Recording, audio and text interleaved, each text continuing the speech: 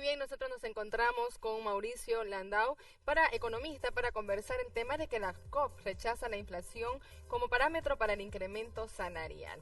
Buenos días, Mauricio, qué gusto tenerlo siempre. Un gran placer de estar siempre aquí en el programa Al Día, aquí en Santa Cruz de la Sierra. Un gran saludo este comienzo de semana, ¿no? Y para hablar de los temas de la inflación. Claro que sí, nos los temas importa que le interesa a todos los bolivianos. Que nos afecta al bolsillo. Ahí está. ¿Qué opina usted de esto, del rechazo de la COP? Bueno, básicamente hay que entender una cosa, o sea, una cosa es lo que la sociedad, el mercado está demandando en ajuste salarial y otro es realmente lo que las empresas pueden afrontar en cuanto a un incremento salarial.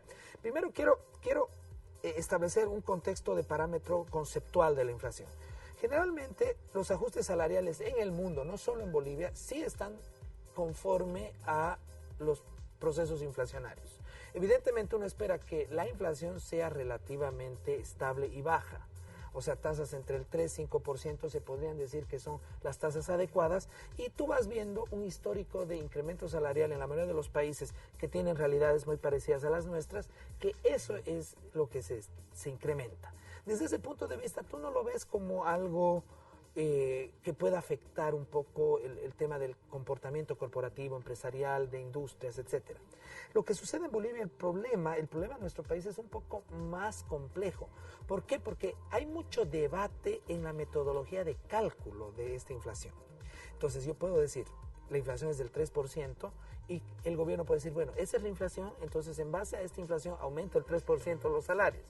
Pero la población en general, los medios, los gremios, los ciudadanos que tenemos salario, decimos, pero es imposible que la inflación sea 3%. Cada vez alcanza para claro, menos. O sea, directamente, yo siempre en el medio académico digo, bueno, a muchas personas, a ver, vayan al súper, compren 5 cosas básicas que las van a comprar siempre. Compren las 5 a 10. Ya. Guarden esa factura, guárdenla en un sobre, pónganla en un cajón y vuelva después de 6 meses y compren los 5 mismos ítems con las 5 mismas marcas, los 5 orígenes. Ahí se ve el real incremento. Exactamente. Evidentemente te van a decir, pero son solo 5 productos, pero al final la sociedad, el caballero de la calle, el ama de casa, es lo que compra. Así es. ¿No? Ahora, que haya otro tipo de temas industriales, empresariales, que hayan tenido distinto tipo de ajustes. Hay 2 cosas, la verdad, que amortiguan la inflación en Bolivia. ¿Qué cosas? Una, en primer lugar, el subsidio de hidrocarburos. Ya. No, tenemos una política de subsidio a los carburantes, gasolina, diésel, bastante fuerte, que lo venimos llevando hace mucho tiempo, que han venido representando entre 300 y 500 millones de dólares al año, que el gobierno lo asume. Por eso es que se mantiene. De alguna manera frena la inflación y otra, es triste decirlo, porque por un lado, o sea, amortigua de alguna manera la inflación, pero por otro también desacelera el emprendedurismo, es el contrabando. De alguna manera el contrabando hace que al ingresar productos a nuestro país se nivelen de precio y el productor nacional, por mucho que tenga una estructura de costos muy elevada, tiene que amortiguar. No puede competir. No puede competir y eso afecta en el largo plazo al empresariado, al desarrollo de industria, a la generación de empleo. Y no nos olvidemos que el empresario en este momento, y eso es lo que la Central Obrera Boliviana tendría que entrar en el análisis, y está muy sobrecargado de beneficios sociales y de impuestos. Entonces, un incremento del 20%, o sea, realmente es, desde cualquier punto de vista, dogmático. No es real, no se adecua ni a la realidad del empresariado, ni a la realidad... No sería sostenible. No sería sostenible. Pero por otro lado, el gobierno tiene su rol y ya se ha anunciado de que hay un primer indicio de cambio para abril y mayo. Se van a reformar la canasta de productos, va a haber un ajuste de la canasta de productos que incluye el IPC, el índice de precios al consumidor, para estimar la inflación. Se va a poner precio. Porque seguimos utilizando una canasta del 2007, creo, o sea, ya son 10 años, o sea, la sensibilidad al consumo de productos varía. Se sigue utilizando en base, pero no se utiliza reales. Claro. Está escrito, pero no se utiliza porque nosotros vamos al mercado y vemos que no son esos exactamente, y sobre todo, y un punto que hay que aclarar ante la población, hay un tema muy importante que a la población es lo que más le interesa, que es el precio de los alimentos, ¿no? Porque al final es lo que uno lleva a la boca cada día. Y justamente los alimentos son de los que más han incrementado, porque tú tienes muchos rubros, transporte, alimentos, servicios, ¿no? El más afectado ha sido el rubro de los alimentos. Entonces, el que la población siente más. Evidentemente te dicen, la inflación es 3%, no te la crees.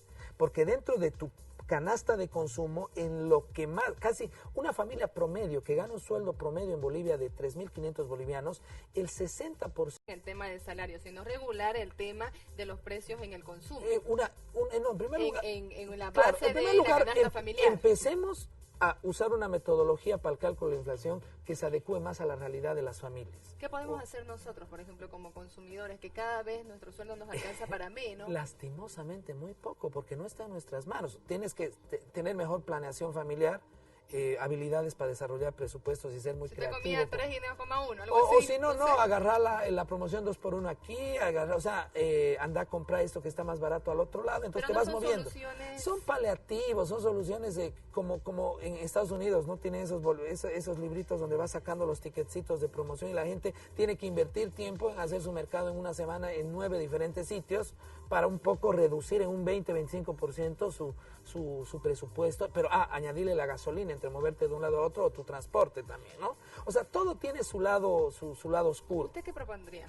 Yo propondría primero un cambio de la metodología del cálculo del IPC, que es fundamental para que podamos encontrarnos a una variable inflacionaria más real, de tal manera que la Central Obrera Boliviana, los trabajadores bolivianos, los gremios digan, bueno, que se ajuste en base a esa inflación real, pero no salir a proponer un 20%, un 25% que es irreal, que si sucede realmente va a ser peor que un doble aguinaldo, o sea, peor que un triple aguinaldo, yo creo, ¿me tengo a entender?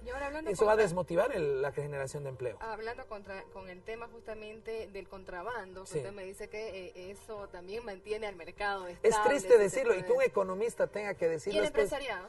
Justamente, porque en Bolivia históricamente siempre hemos sacrificado el corto plazo versus el largo plazo. ¿Qué es lo que sucede en el corto plazo? Decimos, bueno, por lo menos en Bolivia, y eso me decían mucho en Venezuela. En Venezuela, tú vas a Bolivia y vas a un súper, vas a un mercado, hay todo. Es cierto, ¿no? O sea, nadie lo niega. Pero analicemos realmente el origen de todos esos productos. Entonces, en el largo plazo, ¿qué sucede? La industria nacional se ve más menguada también. Entonces, no desarrollas el emprendedurismo local. Y a largo plazo, eso es lo que te sostiene como país. ¿Y los impuestos?